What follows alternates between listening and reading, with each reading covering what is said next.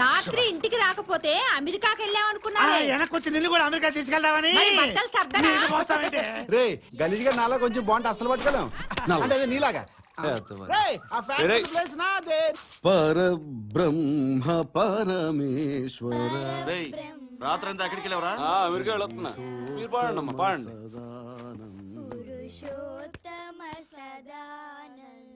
తాత జరుగు జరుగు తాత. తాత తాత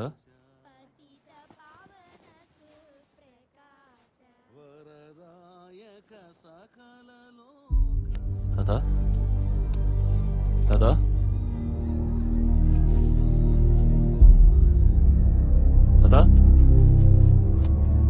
తాత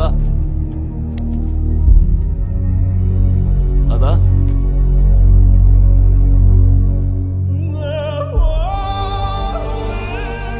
రేయ్ ఆడు అమెరికా వెళ్తానంటున్నాడు రా.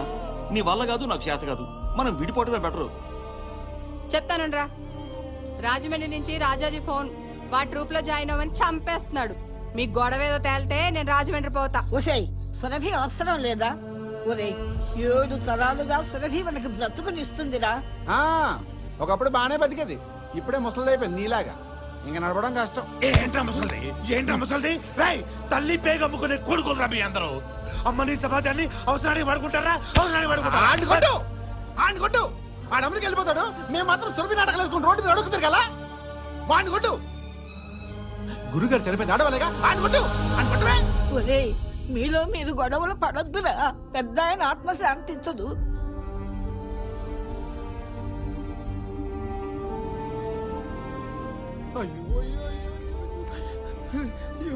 సారీ మావా, ఏదో నోటు తోలుతాలు అనేసాను.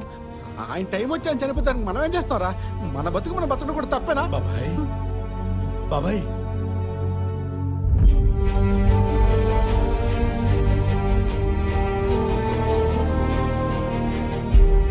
తాత తాత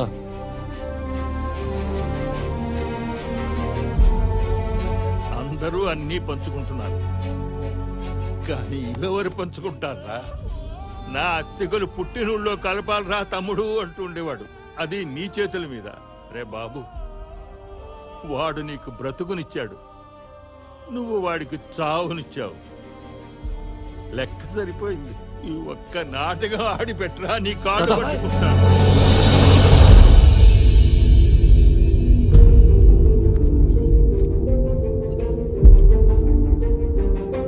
జరుగుతున్నది జగన్నాటకం, జరుగుతున్నది జగన్నాటకం.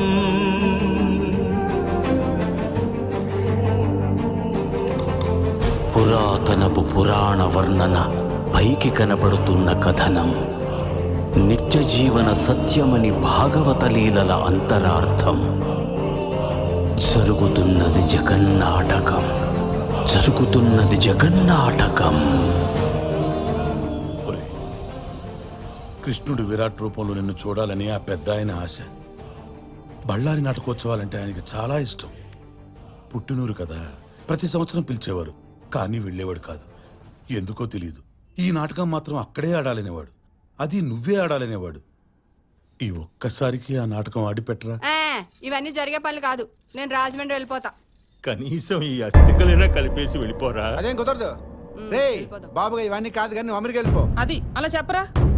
వెళ్దాం, ఎవరి దారిని వెళ్దాం, కానీ వెళ్లే ముందు బళ్ళారులో ఈ నాటకం ఆడేద్దాం.